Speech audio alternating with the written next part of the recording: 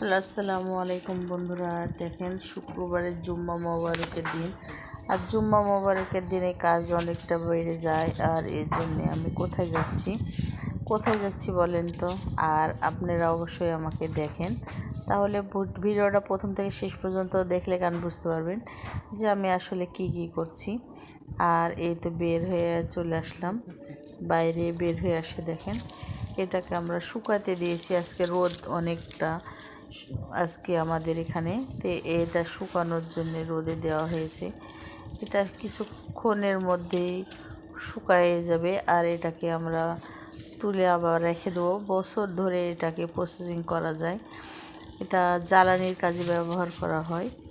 আর এটা আমরা কমপ্লিট করবো। আর এই তো আমাদের একটা বাসাতে ছাগল কিনে আনা হয়েছে। আর ছাগলটা বাসা কুরবানির জন্য রাখা হয়েছে। তে অল্প জায়গাতে জিনিস রাখলে কি অবস্থা হয় দেখেন, কতটা নোংরা, কতটা পরিবেশ খারাপ, নষ্ট হয়।